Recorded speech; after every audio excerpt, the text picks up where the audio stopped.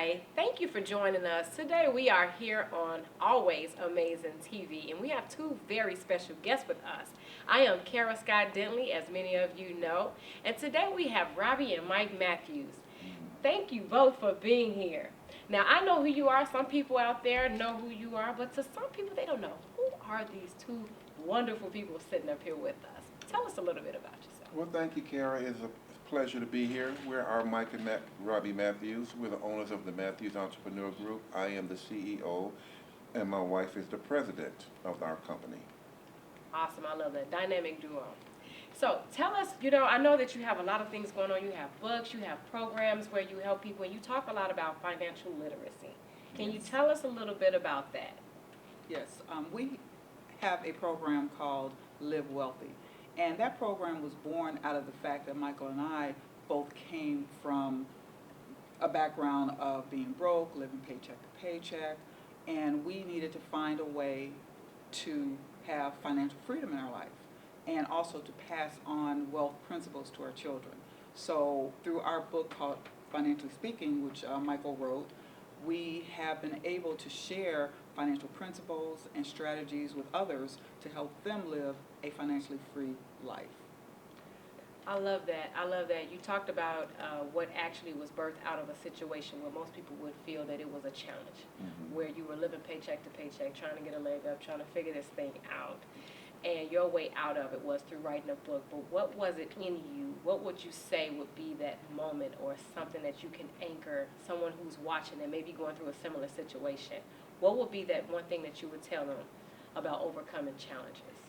Well, you'll come to a point in your life where you become sick and tired of being sick and tired, and when you wake up and look at that person that's staring back at you in the mirror and realize that that person is responsible for your success, then and only then will you be able to pull yourself up by your financial bootstraps, as my wife and I did with our 7 Live Wealthy principles. Well, and also for me, at the end of the day, it boils down to a choice. You can make a choice to stay in your status quo, or you can make a choice to make some changes in your life. And we often understand that sometimes you don't know which direction you want to go or how to get to the next level, and there are resources available with us, such as coaching or reading our book, that can help you take the first step towards understanding where you are today and where you want to go tomorrow. I love that. Thank you for sharing that, because the next question that I have is just about bringing out your best self. Being able to just live a life of purpose and in abundance.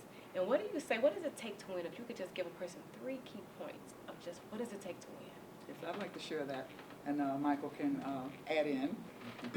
The 3 things that I like to think about is, I call it becoming a cat, and that is C for courage and commitment. You have to have the courage to step out of your comfort zone and the commitment to move forward with the things that you want to accomplish.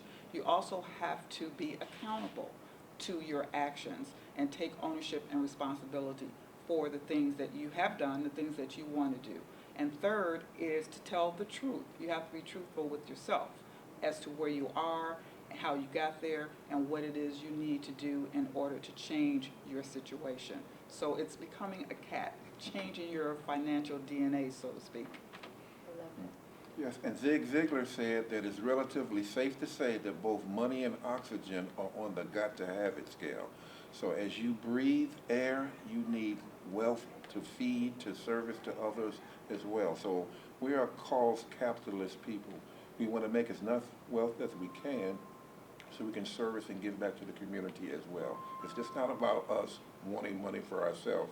It's about our success breeds success in others. Absolutely. I love it. You dropped so many principles, from the both of you. I'm like, oh, I need to remember that. Cat, okay. So it's a lot of different things. So thank you so much. But if there was one last thing that you would like to share as far as just final thoughts with our audience, what would that be? I would say our first principle is W. You have to think like the wealthy in order to become wealthy. You need to start reading wealth concept books or reading books of wealthy people so you can map out your plan for your own success if you don't have one right now. The roadmap is there. We just have to get in the car, get in the lane, and step on the gas. Absolutely.